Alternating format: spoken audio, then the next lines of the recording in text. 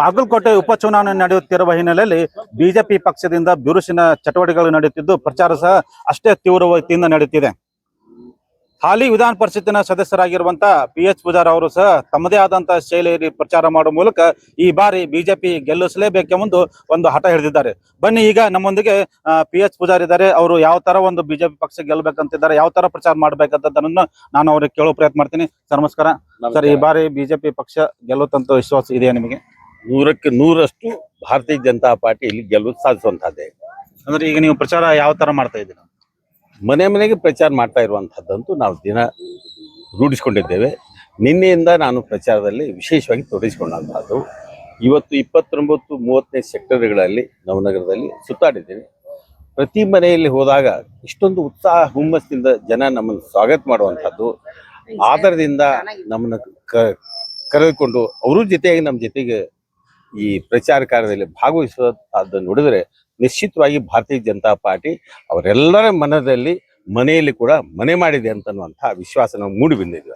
ಈಗ ಈ ಕಾಂಗ್ರೆಸ್ ಪಕ್ಷ ಸರ್ಕಾರ ಇರೋದ್ರಿಂದ ಆಡಳಿತ ಎಲ್ಲ ಅವ್ರ ಹತ್ರ ಇರುತ್ತೆ. ಮತ್ತೆ ಈಗ ಅಭಿವೃದ್ಧಿ ಜೊತೆಗೆ ಅವರೇನು ಹಣದ ಹಂಚುವಂತ ಪ್ರಯತ್ನ ಮಾಡೋದ್ರ ಬಗ್ಗೆ ಆರೋಪ ಇದೆ. ಅದ್ರ ಬಗ್ಗೆ ನೀವೇನು ಹೇಳ್ತೀನಿ?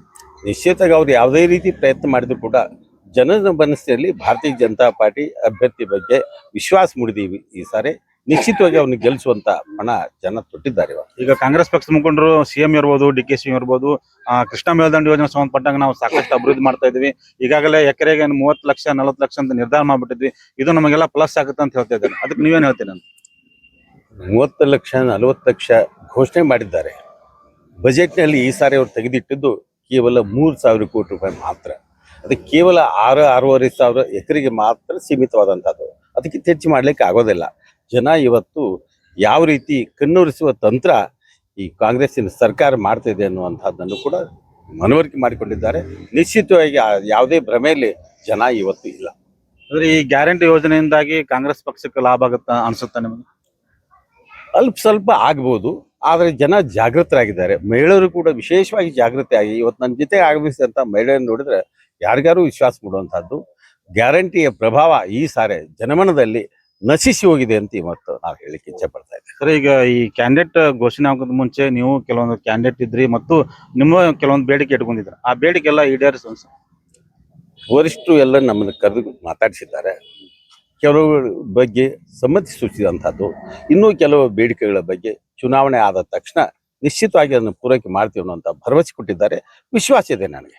ಈಗ ನೀವು ಈ ಪ್ರಚಾರ ಸಮಯದಲ್ಲಿ ಏನು ಬಿಜೆಪಿ ಪಕ್ಷದ ಪರವಾಗಿ ಮಾಡ್ತಿದ್ರು ಅಥವಾ ಅಭ್ಯರ್ಥಿ ಪರವಾಗಿ ಹೆಚ್ಚು ಒತ್ತು ಕೊಟ್ಟು ಮಾಡ್ತಿದ್ರು? ಭಾರತೀಯ ಜನತಾ ಪಾರ್ಟಿ ಅದ್ರ ಜೊತೆಗೆ ಅಭ್ಯರ್ಥಿ ಅಂತೂ ಇದ್ದೇ ಇದೆ.